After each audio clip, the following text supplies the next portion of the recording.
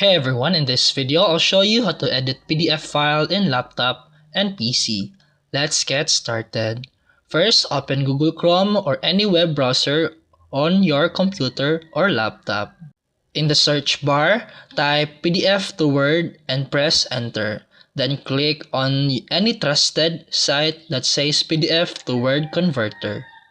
Next, attach or upload your PDF file on the website.